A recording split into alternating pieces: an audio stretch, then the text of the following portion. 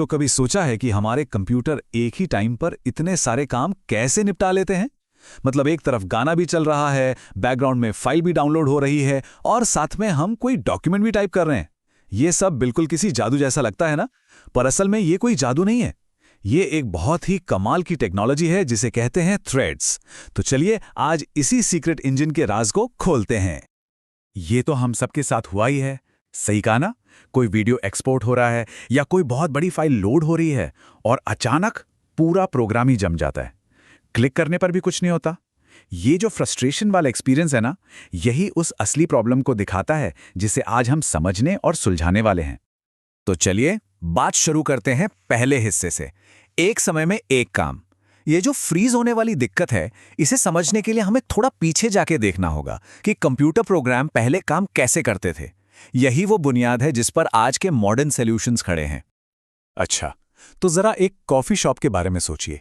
वहां सिर्फ एक ही बैरिस्टा है। अब जब वो एक मुश्किल सा कॉफी ऑर्डर बनाने में लगा है, तो वो ना तो नए ऑर्डर ले सकता है और ना ही किसी और को बनी हुई कॉफी दे सकता है। मतलब बाकी सब कुछ ठप। शुरू के कंप्यूटर प्रोग्राम्स बिल्कुल ऐसे ही थे, एक बार में बस एक ही काम। तो हमारी ये जो कॉफी शॉप वाली कहानी है, ये सीधे सीधे टेक्नोलॉजी की दुनिया से जुड़ती है। वो अकेला बैरिस्टा असल में कंट्रोल का सिंगल थ्रेड है। जब तक वो अपना काम खत्म नहीं कर लेता, पूरी की पूरी एप्लीकेशन इंतजार करती रहती है और बस यहीं से वो फ्रीज होने वाली प्रॉब्लम शुरू होती है। तो भाई उस अकेले थके हारे बरिस्ता की प्रॉब्लम को हल कैसे किया जाए? जवाब बिल्कुल सिंपल है, एक टीम रख लो। और यहीं से हम आते हैं अपने दूसरे हिस्से पर, जो है इसका समाधान, थ्रेड्स। कंप्यूटिंग की दुनिया में थ्रेड्स एक असली गेम चेंजर बनकर सामने आए। तो आखिर ये थ्रेड है क्या? इसे समझिए सीपीयू के काम करने की सबसे छोटी इकाई। अगर पूरी कॉफी शॉप एक प्रोसेस है, तो हर नया बरिस्ता एक नया थ्रेड है। वो सब एक ही काउंटर, एक ही कॉफी मशीन यूज करते हैं। ठीक वैसे ही जैसे थ्रेड्स एक ही मेमोरी और रिसोर्सेज शेयर करते हैं, लेकिन वो अपना अपना काम आज़ादी से कर सकते हैं। और इससे मिलता है पहला और सबसे बड़ा फायदा, रिस्पॉन्सिवनेस। अब अगर एक थ्रेड किसी भारी काम में लगा है, मान लीजिए वीडियो रेंडर कर रहा है, तो दूसरा थ्रेड कीबोर्ड या माउस के क्लिक्स पर आराम से रिस्पॉन्ड कर सकता है। एप्लीकेशन चलती रहती है, अटकती नहीं। अब कोई फ्रीजिंग नहीं। यह है दूसरा बड़ा फायदा, रिसोर्स शेयरिंग। सोचिए एक पूरी नई कॉफी शॉप खोलना कितना महंगा पड़ेगा, है ना? लेकिन एक और बरिस्ता को काम पर रखना, वो तो काफी आसान है। कंप्यूटर में भी बिल्कुल ऐसा ही होता है।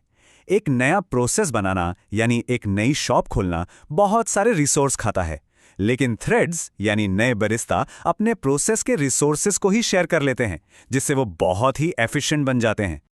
और इस बात को ना एक आंकड़ा बिल्कुल साफ कर देता है। कुछ सिस्टम्स में एक नया प्रोसेस बनाने में एक हल्का फुल्का थ्रेड बनाने के मुकाबले करीब करीब 30 गुना ज्यादा टाइम लगता है। 30 गुना! ये होती है असली बचत। कम टाइम, कम रिसोर्स और काम कहीं ज्यादा। और आखिर में आता है स्केलेबिलिटी। अगर कॉफी शॉप में भीड़ बढ़ जाए तो और बरिस्ता काम पर रख सकते हैं। वैसे ही अगर हमारे पास मल्टी कोर प्रोसेसर वाला कंप्यूटर है, तो अलग अलग कोर पर एक साथ कई थ्रेड्स चलाए जा सकते हैं। इससे परफॉर्मेंस में जबरदस्त उछाल आता है। और ये बात हमें सीधे हमारे अगले टॉपिक पर ले जाती है, मल्टी कोर पावर। तीसरा हिस्सा, मल्टी कोर पावर। आज के टाइम में लगभग हर डिवाइस, हमारे फोन से लेकर लैपटॉप तक, सब में मल्टी कोर प्रोसेसर लगे होते हैं। थ्रेड्स ही वो चाबी हैं जिनसे हम इस हार्डवेयर की पूरी ताकत को अनलॉक कर सकते हैं।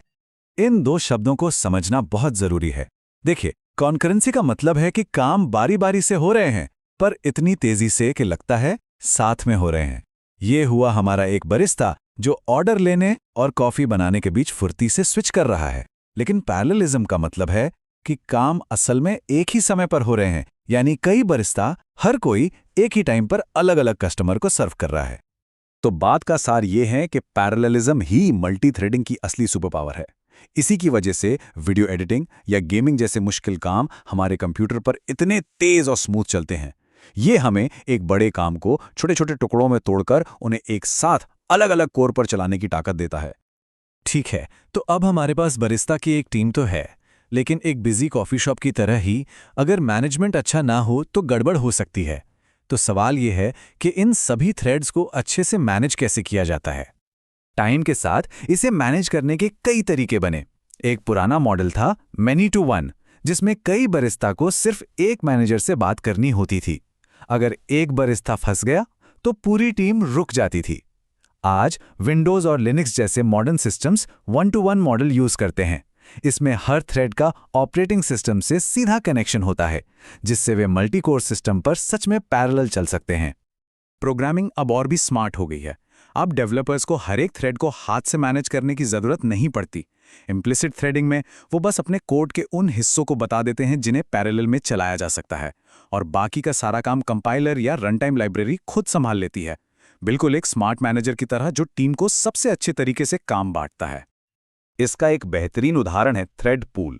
सोचिए, हर बार नया कस्टमर आने पर एक नया बरिस्ता ढूंढने और उसे हायर करने के बजाय, जिसमें टाइम लगता है, हमारे पास पहले से ही कुछ ऑन कॉल बरिस्ता हैं जो काम के लिए तैयार बैठे हैं।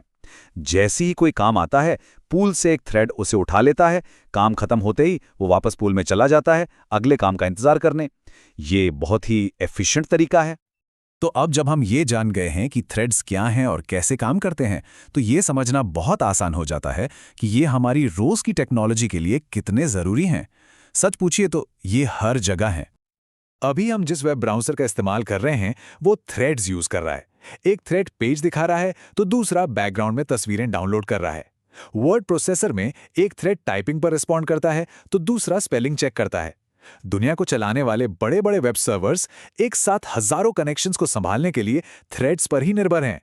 यहां तक कि हमारे कंप्यूटर का दिल यानी ऑपरेटिंग सिस्टम खुद भी एक मल्टी थ्रेडेड कमाल है। तो जैसा कि ये कोटेशन कहता है, एक थ्रेड सीपीयू उपयोग की एक मौलिक इकाई है जो मल्टी थ्रेडेड कंप्यूटर सिस्टम का आधार बनाती है। ये कोई एक्स्ट्रा फीचर नहीं है, ये वो नींव है जिस पर हमारी रिस्पॉन्सिव, पावरफुल और एफिशिएंट एप्लीकेशंस बनी हैं।